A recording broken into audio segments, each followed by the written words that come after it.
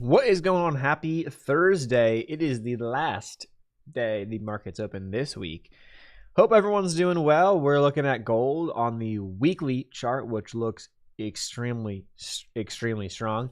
A couple things to get into this stream and position updates / looks, and we'll look at all that stuff like usual, and we'll take it from there. So I'm looking at gold because, well, first off, I missed this last night. Looking back, this would have been the little breakout to play, but you know, it's okay. We missed it. It is what it is.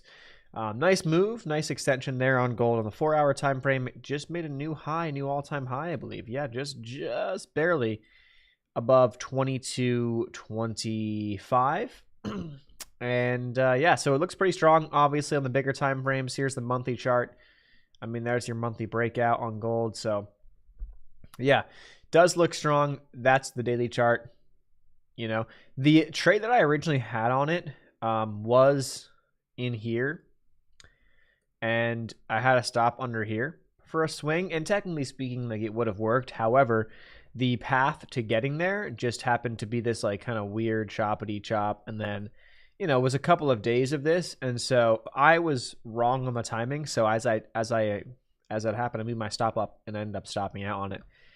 So it is what it is, but it does look good. So good for those who may be looking at or in gold. What's going on, guys? Mill and Flippa, how you guys doing on this? I guess I was gonna say Friday, but like, you know, it's technically a Thursday. SPY hit a new all-time high, I believe, if I'm not mistaken. Yes, it did. That is barely a new all-time high on SPY, but a new all-time high nonetheless. So funny how that works. Qs are not there yet. The Dow close. Dow is close. Look at how that just broke out, back tested that breakout point, and then just popped right up. So that looks pretty good. The Russell trade that I am in, as we got in yesterday, I believe, on the stream, and this I'm in, and we're just chilling on it. I mean, I don't think I'm not gonna sell it prior to close, so we're gonna swing it over the weekend. Which, would I love to do that? It doesn't really matter to me. I don't really care. The negative is that we could have over the weekend really bad news, and I guess tomorrow could be really, really bad news. The market could react in a massively negative way, and we could end up gapping down to under 205, and I would lose more than what I originally planned. If we gapped down from over 210 to under 205, yes, chance of that I feel like are quite low. So I'm not gonna just toss a good setup out the window because of that. So that's the look. That's at least my thoughts on it. It had a nice morning, and then it just kind of like meandered down a little bit so far this afternoon, I guess, but nothing crazy there. Like I was saying yesterday, I just don't think it was very likely that this was going to go to like 215 in one day. So, which is a 1.5 to 1 risk reward. So that's where I'll be taking my first profits on it. If we get when we get there, before we hit 205.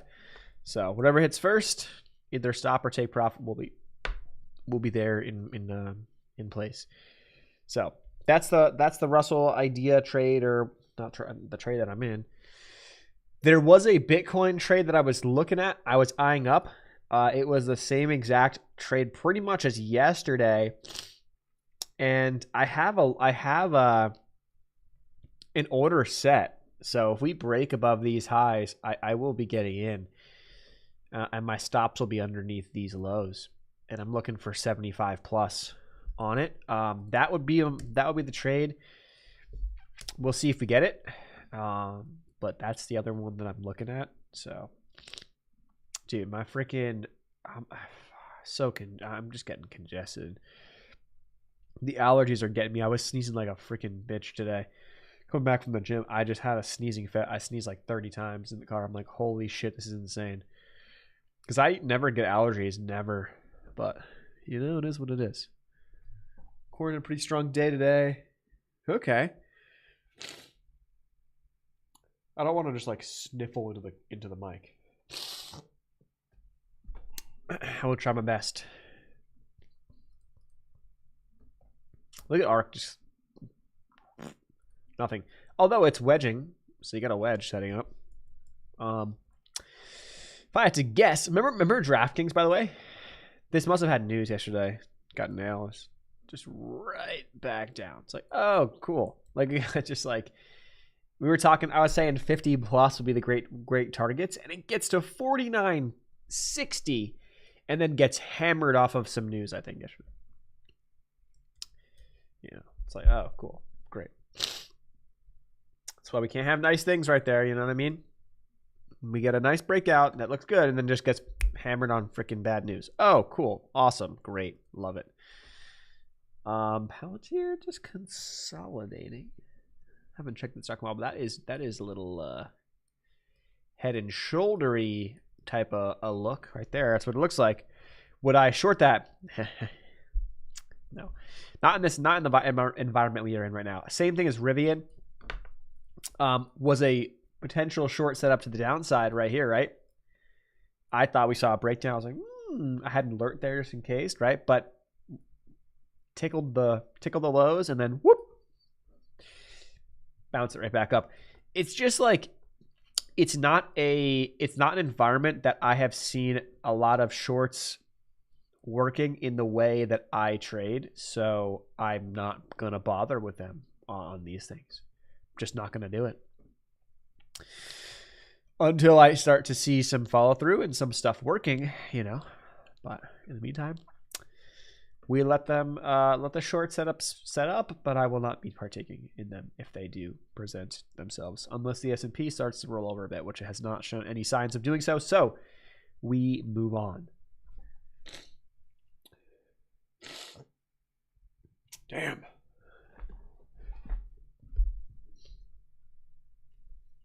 What else is it doing today? Tesla's down to... Meta's down about 1. It honestly, like, not much. I mean, you got to go. And what we were saying yesterday was we look at the different sector ETFs, like XLE. That's a new all-time high. No, not new all-time high, right? No, it's close, though. That is interesting. That is an interesting chart on the freaking, like, monthly chart. The monthly chart, yeah. The monthly chart on XLE, the energy ETF, looks freaking juiced. The only thing is that we got this is the last day of the month. The volume. There's no volume, so I wouldn't trade that. But that chart looks pretty primed up. But we were saying XLF Financial's new highs of at least this rally. KRE, not new highs of this rally. XLI, new highs of this recent rally. XLP, new highs. XLRE, no, but it's been strong. XLU, crushing as of late. So what I'm saying is that, like, we are seeing XLV, very strong. XRT, retail, all new highs of the rally. You are seeing... Despite maybe like your Apples and Amazon's been strong, right? That's just generally been decent.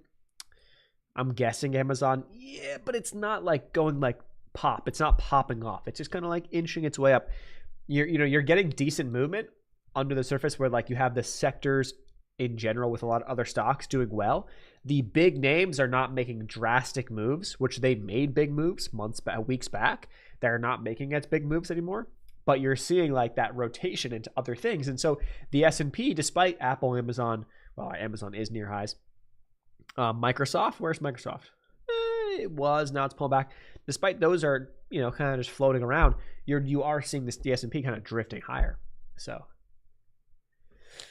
we were seeing that in the ETFs yesterday. I was like, yeah, it's pretty strong under the surface stuff here we're getting.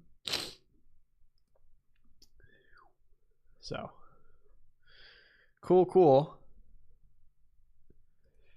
Yeah, oil, that is an interesting one. Yeah, XLF I wouldn't do. I'm not going to mess with oil, but I will say, though, it's getting interesting because this is like a zone that I've been watching closely. If I zoom it out, above this zone and it starts to get a lot more interesting for the long side, I still look at this and say, well, there's a spot up in the upper 80s to 90 that I'm like kind of concerned about. So I would be careful here. But other than that, though, this does look like it's trying to make a move. It does.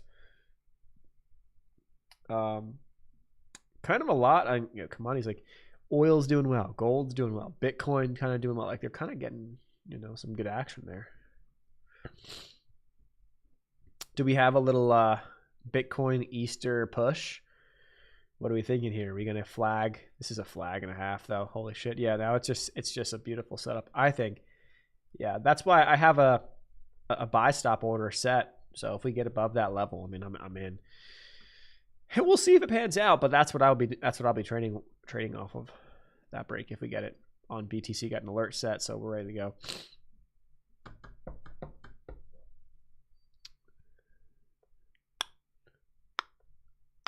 But yeah, that oil, if it gets above that zone, and does, I agree. If it gets above that, holds support, bounces, then we're looking at a lot stronger. Like that would be really good if it can do that. If it can do something like make a push towards 90, upper 80s, maybe pull back a bit, and then build from there. That would be a decent look. How's Coinbase doing? Up 3%. Oh, cool.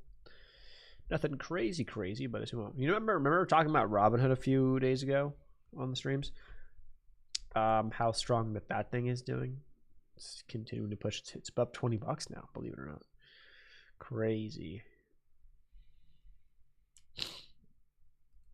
Tesla was kind of pushing up the past couple of days. Now it's pulling back. Just like boring. It really, I have to say, like it is. Like we've been saying, like it has been quite boring. It really has, across a lot of the major large caps. Elsewhere, I'm sure there's decent moves, and we've seen some. We've looked at some, but nothing that's like super juicy to me that I've seen. So you wait it out. We wait it out. Eventually times will be hot again, and you get this rotation. But that's why a little bit of diversity in terms of the assets and the classes that you look at, I think is a good thing to a degree. Obviously, if your data tells you like, yeah, I'm, and mine really does. Outside of this year, Bitcoin's been good. My data tells me that stocks, I'm just better. I do better historically, data, like win rates, risk reward trades. Like I just do better trading stocks. So that's what I trade like 75% of the time. But when the stocks that I trade are boring and not doing anything, then there's nothing wrong with having the door open for like Bitcoin or gold or whatever. And if you like those classes and they trade well with your strategy, I know for sure Bitcoin can be a little fake out. There can be some fake outs, some nasty fake outs, but Bitcoin trades pretty well with my strategy, and gold does too. But it just takes like on the higher time frame. So ideally, gold's a 4 hour and up. I wouldn't be messing with gold underneath the 4 hour chart. Just not worth it. And you got to give it time to play out. That's the way that for me, that works best. But every strategy is different. So.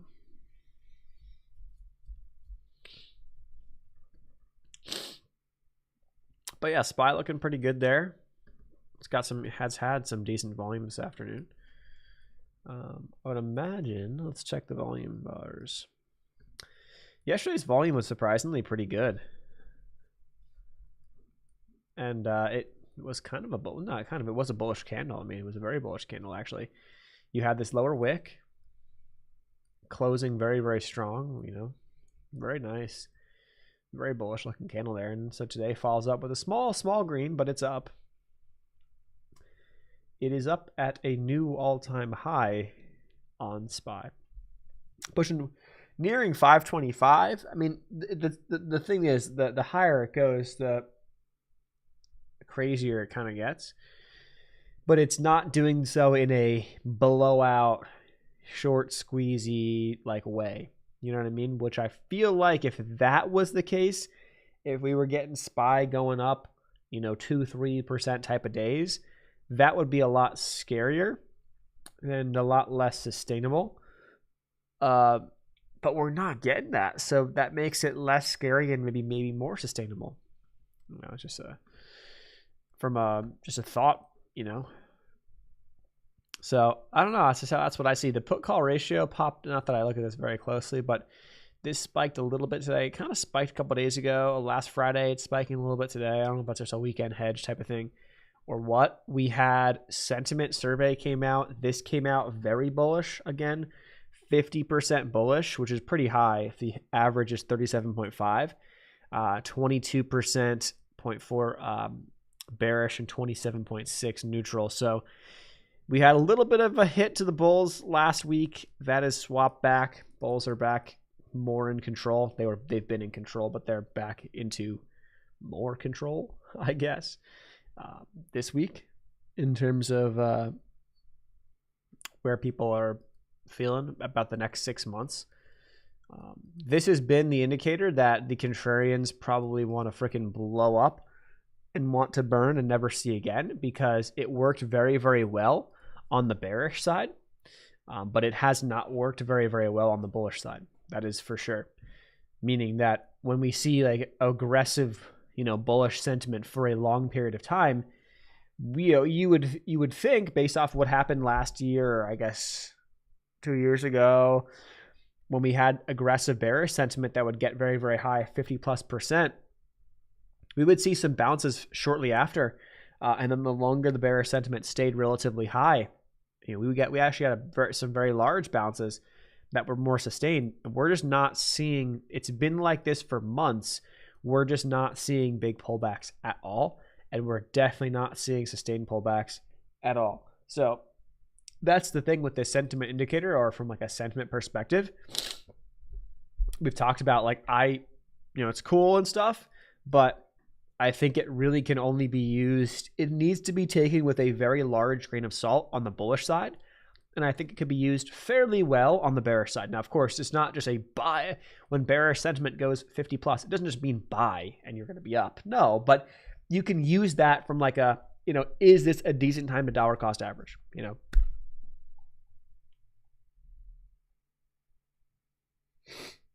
Holding back a sneeze. Damn allergies, dude. Holy shit. Hopefully it's not going to be a sneezing fit. Because I don't think so. I think we're good. That's what I had in the car earlier today, dude. It was like fucking 10 plus in a row, which I like. That never happens. 50%. Yeah, that is high. That the 1 year bullish high is 52.9. So we're like right in play of that, So that is close. I mean, we're up there. So, but like I said too, like at least my view of this whole thing, like the higher SPY goes, the less interested I just would want to be in being aggressively or being long, right? In terms from like an investment portfolio. If you dollar cost average and you're not selling anything, that's your strategy, then there's nothing to do. Make sure you're not on margin. You can sell covered calls and you're probably getting some good premium. So building up more cash reserves by selling covered calls could be a good idea, so that you have that cash for a rainy day when we do eventually come down.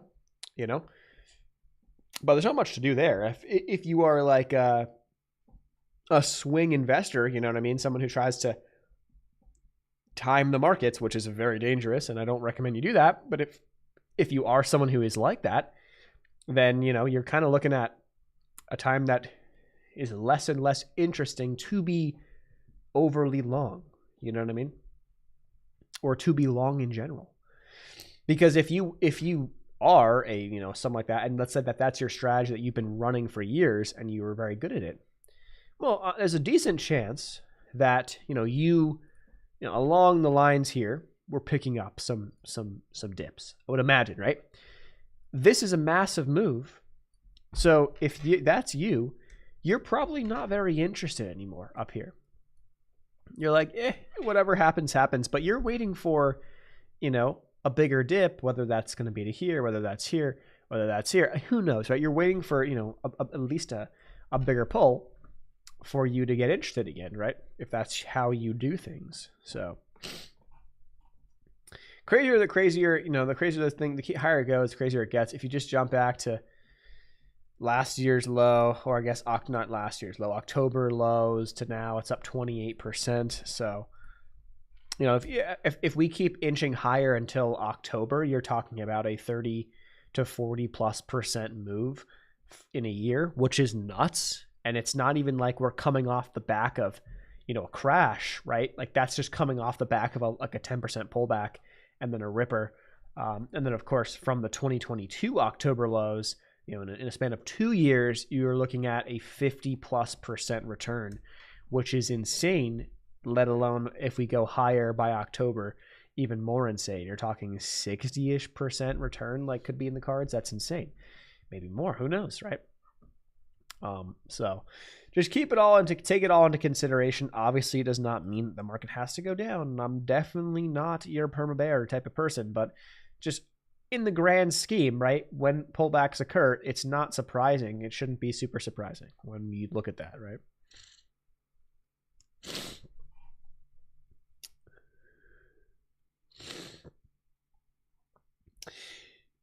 Sandy Beach, I love it. How do you make dough for sourdough? I have been, by the way, we are about to crank because for Easter, fam's all getting together. So I'm about to crank some brothers and sister are coming from college. Like we got a lot going on. So I'm going to crank multiple loaves out. But what I did first for like about 10 days is you had to create a starter. So you create the starter, which for me, I made with whole grain, whole wheat flour, I believe. Organic. I use all organic flour. Organic whole grain, I believe, or whole wheat flour. They say rye is better, so that would be good too. And then you mix that. So let's say you do like 1 part flour, 1 part water in a mixture, I believe. I think that's how it is, roughly. At least when I'm maintaining the starter, that's how it is. So that starter can get larger and larger. So eventually you can, and then every day you feed it by discarding, like, let's say half, and then feeding it with, let's say 50 grams flour, 50 grams water. And so you do that until it starts to like grow and bubble up. And then the bacteria is like really feeding on itself and like working. So it's kind of like your own way to like make, I'm new to this stuff, but it's kind of like you're almost doing what yeast can do in like a day, but like in a natural way in like over the course of 10 days or whatever. Then once you have that, you can make dough every day or make bread every day. I don't do that every day, but then I'll use, with the starter being the whole grain, whole wheat flour, I'll use bread flour. So either I'll do like a 1/4 or a 1/3, even a half whole wheat flour and then half bread flour. If you wanted more like whiter bread, which I found is less dense. It tastes less dense. The dough is a little more wet, tougher to work with, but it tastes, I think, better and less like hearty. If you don't want the hearty bread, then you just go all bread flour. And so there's plenty of recipes online. I found one online that I use, but it takes like about, once I take the starter, I feed the starter. Once the starter is like 12 hours later, it's good to go. I take out whatever amount of the starter per the recipe or however much I'm going to make. And then I throw the bread flour in, the water in, mix it all up, create the dough. You got to like mix it, let it sit. You can do a couple folds, stretch and folds, as they say. I found that I just do one massive stretch out, like a big ass stretch out on the counter. And then I fold it up, roll it up, and let it sit to bulk ferment for like 6-ish hours. Then after that, you can finally like do a couple more folds, shape it perfectly. If you want to add anything to the middle of it, add any like, stuff, do it, put it in the fridge for a couple hours. I'll usually put it in the fridge overnight and the next day bake it. It's kind of it sounds like a lot, but it's, once you have it down, it's pretty straightforward. And let me tell you, there is nothing better than your own bread. Like, it's so freaking good. So good. I literally, just before the stream, I had a smoothie and a piece of bread. I'm not even kidding. Nothing on it, just straight bread, too, which is like, when you bake your own and it tastes that good, it is like you can do that because it just tastes good. And then I freeze them. I cut the bread up after, freeze them, and then I have a piece for breakfast every single day with my eggs, avocado. Boom, dialed in. No buy-in, store bought. Not you. I mean, anyway, you can do whatever you want, but I don't. The problem with the store bought stuff is that there's a lot of preservatives they use in rich flours. They use blah blah blah shit and bleached flours and this. And it's like I just use unbleached organic flours. It's 2 or 3 ingredients: salt, water, flour. That is it, and I control everything. So it tastes damn good. It's funny because my family is like thinks I'm a freak, obviously, but they never had, like, no one really has been a big bread maker, you know, in my family. Grandma from Italy, like off the boat Italy, like she came through Ellis Island type shit. She makes like tons of soups, pasta, you know, you name it, but never really bread. You know, she'll make like some banana bread here and there and, you know, whatnot, but she doesn't have like her own like bread recipe and stuff. It's kind of something I just got into recently because I wanted a solution. Here's what happened. I went to the store. I went to Publix and I walk in and I go down. Now this is just hamburger bun, so it's kind of different. I go down the hamburger bun aisle. I'm like, okay, let's take a look at what they have. There's a million options.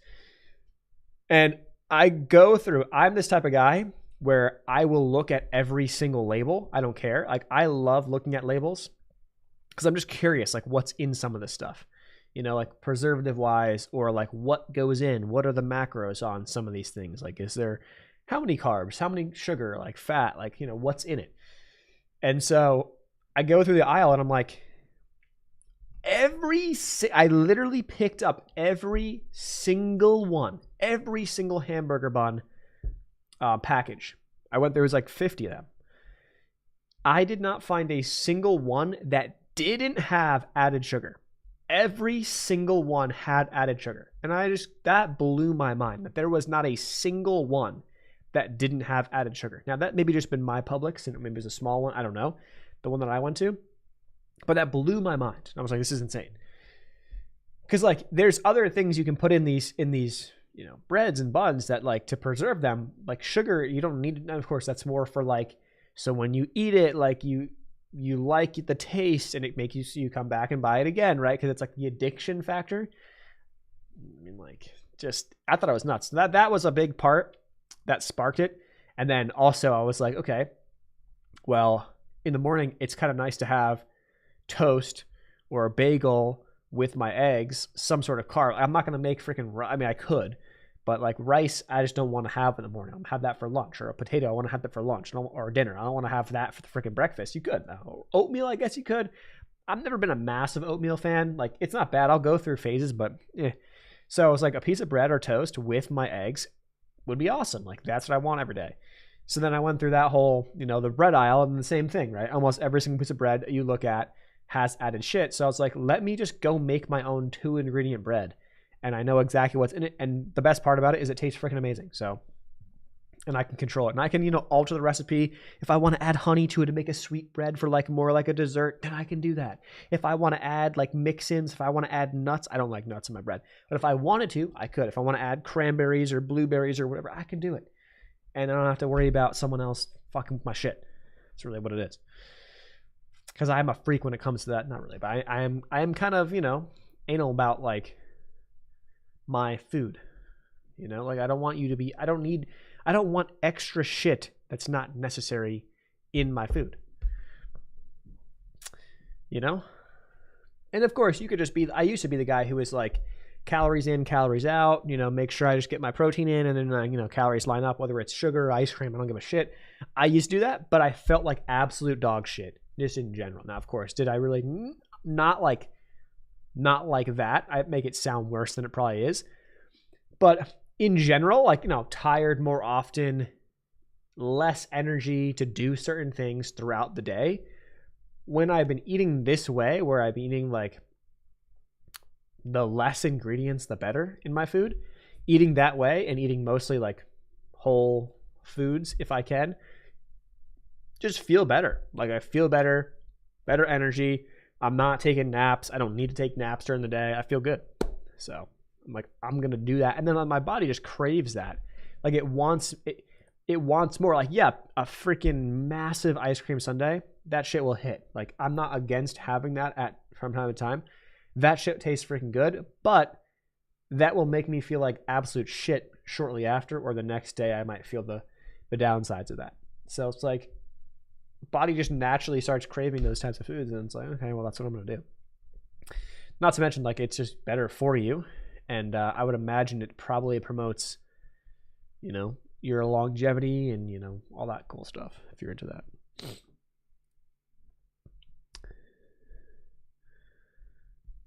Gardening a little bit of wheat. That's the next step, dude. That's the next step. As crazy as it sounds, now, I don't think I'm going to do it. I don't think I'm going to get that far.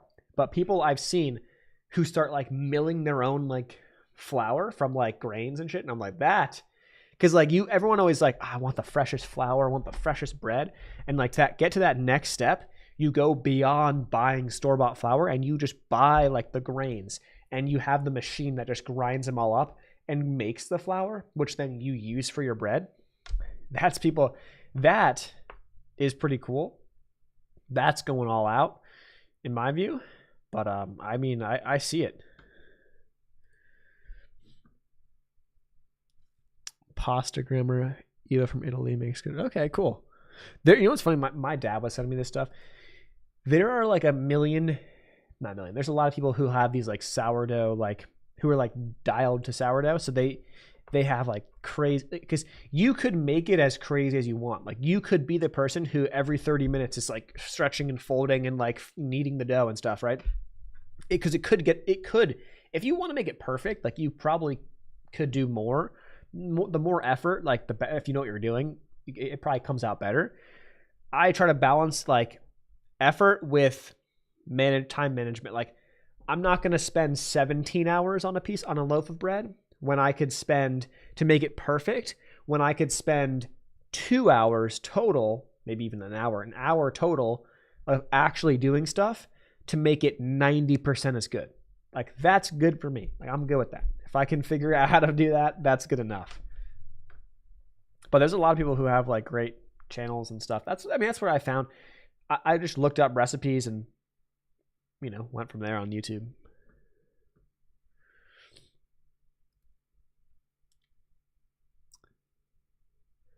Got to find a way to mill the wheat grain once it's ready. Yeah. I'm sure there's like machines that you can buy on like Amazon or something.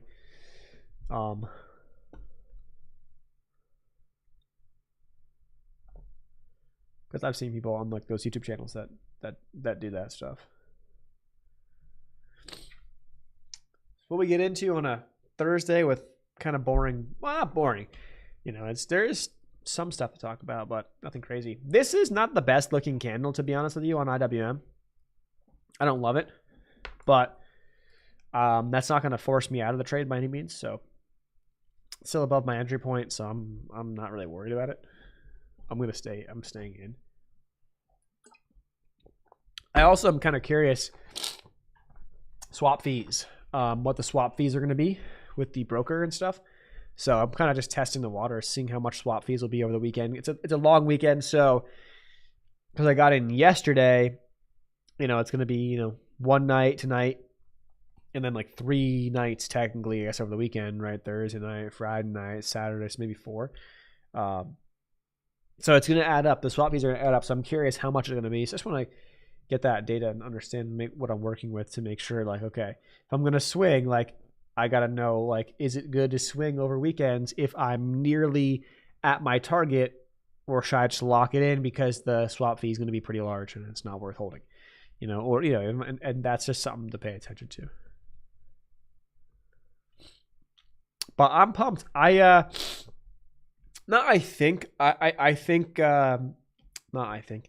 know once my account's almost ready to go, they have to just fix the balance. Should be like 26 something thousand, a little over 26,000, which means I'm about $1,000 away from the first target. And then I think I have to make like maybe 1,000 or 1,200 more. So it's not that far off from funded on that account.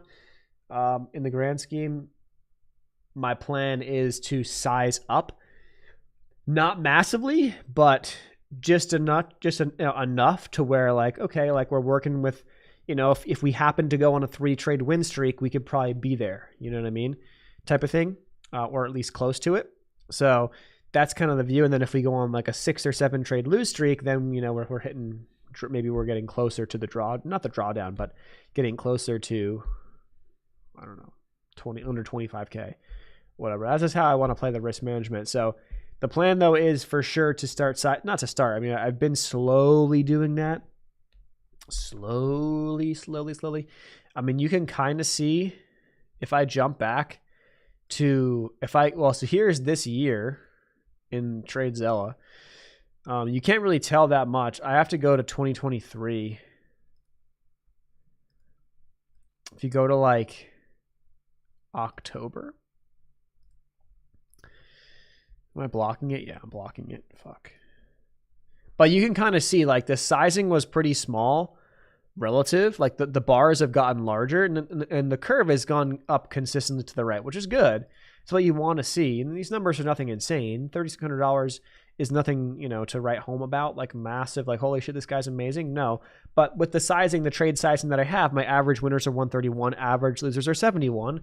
This is this is what works. But as I'm noticing, now I can bring myself back. Like as I'm noticing though, if you want to make this actually make you like actual money, you're going to have to size up larger. So if these numbers, and I've been doing this for almost about a year that I've been this dialed in to this strategy, like mid-April was about a year. So we're about 11 to 12 months in now, to where I haven't looked back from how I used to do things. It's really been, something clicked. And since that click, it's just been night and day in terms of the results. But if all these numbers stayed roughly consistent, but what I did was I doubled or tripled the average win loss. And even if that also triples the average win triples and the average loss triples, that's fine. That's still going to triple your P&L. If these numbers are roughly consistent. Now, of course, they're not going to be perfect. There's no way to know for sure. Like this month, my rate's horrible, but on average, it comes out to 45.8 over these past 6 months. And it's been profitable just because I have a 1.85 average risk reward. So winners are substantially bigger than losers, almost double the size. But like the deeper I get into the data and the deeper I get into this stuff, I'm like, you're doing yourself you're holding yourself back from like actual money. That's like actual decent money that you can make from this by not sizing up. So it just shows you, we all know like it's a game of like the more money you have, the more money you could make. And then of course, the more money you have, the less risk you technically, the easier it is. Like if you have $100,000 account and you make 1%, that's $1,000, and that's pretty nice, right? Versus and you might say 1% is attainable every week. I don't know. Versus 1% for someone with a $10,000 account, different story, right? So it's like that number is not going to do very much for them. However, if you made 1% per week on average, and of course some weeks you'll lose, but if you did on average, that's pulling in $4,000 to $4,500 a month, which is decent. Do the math. What is that per year, right? 40, let's just say 4.5K. I can pull up a calculator. Maybe I should be able to do this in my head. I can't for whatever reason. But 4.5K, here's a calculator. 4.5 times 12, that's a $54,000 a year job. You know what I mean? But that's, again, if you're trading on a $100,000 account and you're on average making 1% on your money every week from trading. Of course, you're going to have red weeks, you're going to have green weeks, but if it averages out, cool. And you might not be able to do that. Maybe it's a 0.5% per week, but even more so, then you need a $200,000 account. But so my view is like, it was good for the first year to like make sure, not the first year, but many years in, but for a full year to really kind of get a good feel for the strategy, how it works, see it like tangibly, all that stuff. But now it's like, okay, I think we can graduate to a little bit higher, like a little bit more money on the line, a little larger size. And that's the plan really going forward. Because again, it's like, is at some point, right? It needs to be worth your time. And of course, this is a skill that I think if you build, it'll pay off more than you ever can imagine, as your career progresses. So I don't think it's something to worry about like that much. But as you want to reap the rewards at some point, is what I'm saying. And I think that we're getting towards a time where it's like, okay, like we've been doing it long enough, like we are pretty dialed into this. Let's actually play with some bigger money. So that's the plan for this year. Hopefully in the next like 2 months, we can get these accounts funded, and then from there, I'll go to a larger size. I'll open up a 100K account, and kind of scale up from there. That's the plan. So probably by the end of this, hopefully, I have no timelines. So if my numbers continue to pan out the way that they have been panning out, just, this slow and steady, with let's say all these numbers consistently, you're probably looking at like funded May, June. And then maybe we're scaling up by end of year, like Q4. We can probably get potentially funded on a 100K account and scale up. Depends upon the market and conditions and stuff. If we have 5 months like the month of March, then it might just be kind of at a status quo for a while, just be chilling and not, really making a lot of progress because the price action is not providing us opportunities. And that may happen, and there's no way to know. But, I'm hopeful by the end of this year, like we can be in a really good spot where, like winning trades are $500, $1,000, maybe more. Losing trades, they're going to still be in that like couple $100 range. But this way, it's worth our while. Right? That's really what I'm saying. It's worth our while so that we're not, because you are trading like it is a game of 3 steps forward, 2 steps back. 5 steps forward, 4 steps back. Like that's how like this actually works in the real world and in real trading. You're not going to win every day. You're not going to be 90%. You're not going to be 80%. You're not even going to be 75 consistently. You're probably going to be 50%. And most people over the longevity of their career are probably going to be under 50%. But again, if you manage risk well, that's okay. You can still make money. It just means that if you're playing with smaller amounts of money, it's not going to be, you're not going to be making very much, right?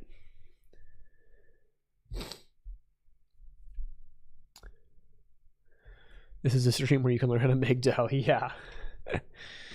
Yeah. Literally.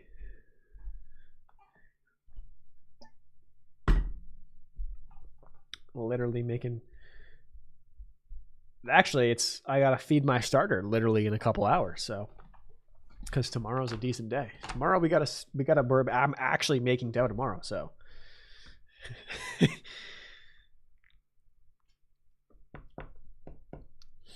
how do we look in here? SPY closing kind of strong, maybe no, maybe yeah. Had a little perk of volume and decent action above VWAP. It really just, but look at this though. Tough scenes out there most of the day. Tough. Huh. Damn.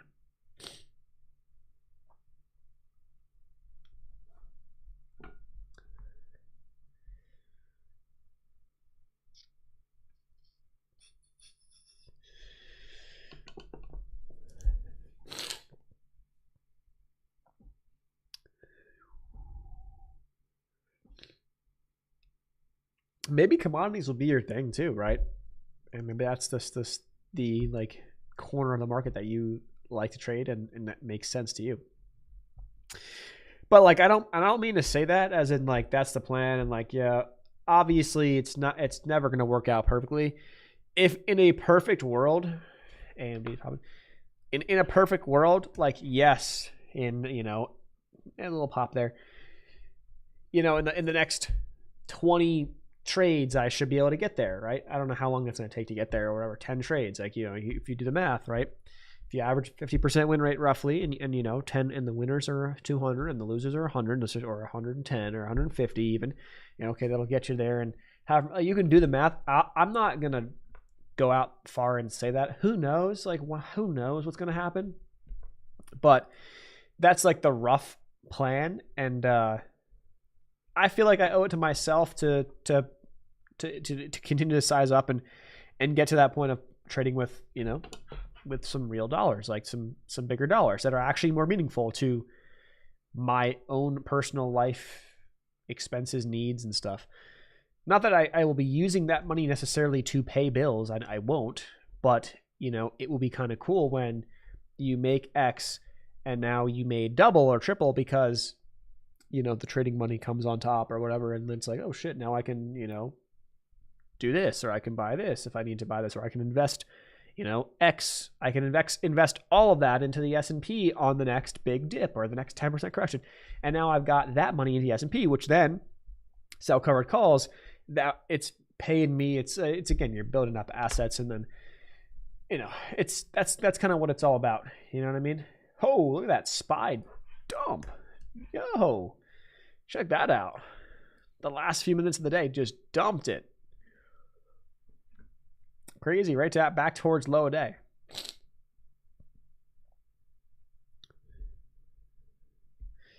Yeah, and that's the thing. Like, there are going to be a lot of curveballs. There's no way to know for sure. And I would be lying to myself and to anyone by saying, like, yeah, I'm going to do this, this, and this. I would like to be able to do these things and to do this and to get to this point, X, Y, Z, whatever, by this date, by that date. But I also have been here long enough to understand that I don't control that to a degree. Obviously, what I can control is my individual trades, my risk reward, management, all that stuff.